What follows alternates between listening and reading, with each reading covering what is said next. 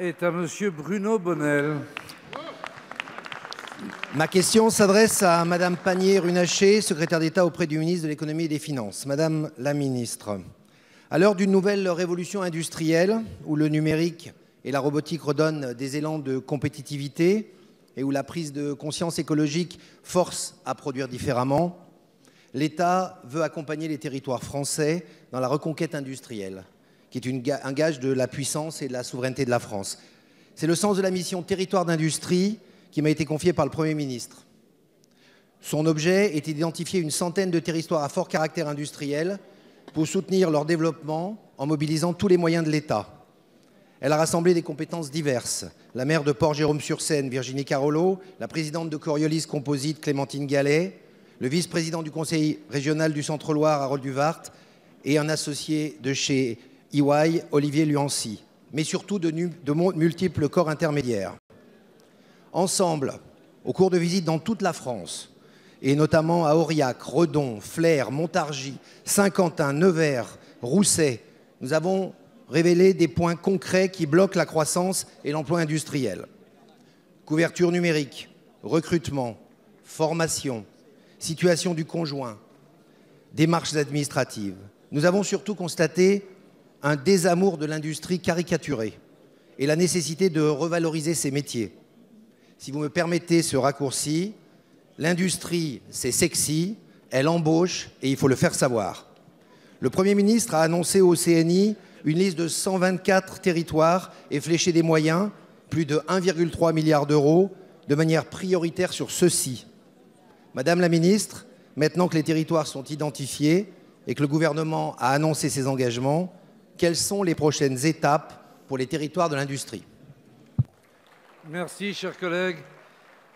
La parole est à Madame Agnès Pannier-Runacher, secrétaire d'État à l'économie et aux finances.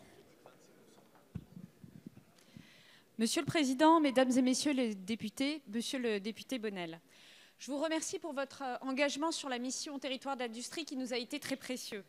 Comme l'a rappelé votre mission, l'industrie française a des atouts clés et nous devons en être fiers. Elle est à l'origine de 2/3 de nos exportations. Elle génère 3 à 4 emplois indirects pour un emploi créé. Elle attire des investisseurs étrangers. Contrairement aux idées reçues, 70% des industries s'inscrivent dans nos territoires. Et c'est tout le sens de la démarche Territoire d'industrie que de faire en sorte d'accompagner le développement de ces entreprises qui ne bénéficient pas naturellement des infrastructures des grandes villes. Cette démarche s'inscrit dans la stratégie industrielle du gouvernement qui repose sur 4 piliers. L'amélioration de notre compétitivité coût, ça c'est fait. L'innovation, ça c'est fait. La formation, ça c'est fait. Et donc une approche territoriale. De quoi s'agit-il ? De mettre à disposition des régions et des EPCI une boîte à outils qui leur permettent d'accompagner leur entreprise industrielle, que ce soit en termes de recrutement, en termes d'ingénierie, de portage des murs, d'écologie ou de très haut débit, pour ne citer que ces politiques. Comment cela va-t-il fonctionner ? Je crois qu'il faut retenir 3 éléments centraux.